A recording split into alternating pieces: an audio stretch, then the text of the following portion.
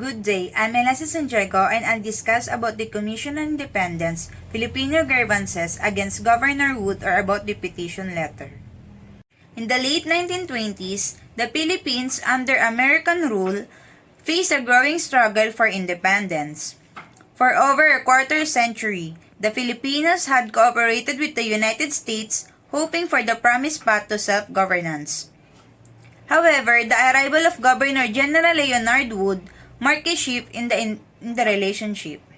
His actions were seen as arbitrary and oppressive, undermining the autonomy of the Philippines and revising American policy. Wood's actions, including bypassing the legal authority of Philippine department heads, appointing military attaches without proper standing, obstructing economic policies, and interfering in the administration of justice.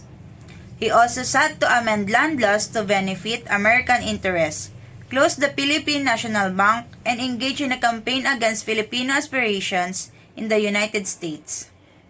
The culmination of this discontent was Executive Order No. 37, which nullified laws establishing the Board of Control, thereby granting Wood sole authority over government head stocks in private corporations. This executive order was deemed arbitrary and contrary to constitutional principles. In response to these developments, Filipino representatives protested vehemently against Wood's actions, emphasizing the importance of preserving the rule of law and safeguarding their rights. They called on the American people to acknowledge their struggle for independence and need to rectify these oppressive measures. The 1920 democratic elections defeat impacted Filipinos' aspirations for independence.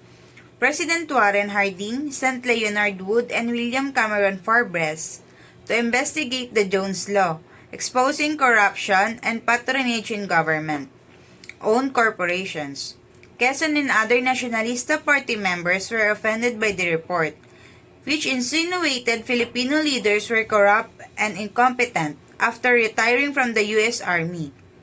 Wood was appointed Governor General of the Philippines, vetoing bills and strengthening the Governor General powers. However, Wood's reforms and reassertion of American sovereignty did not sit well with Filipino politicians including Quezon.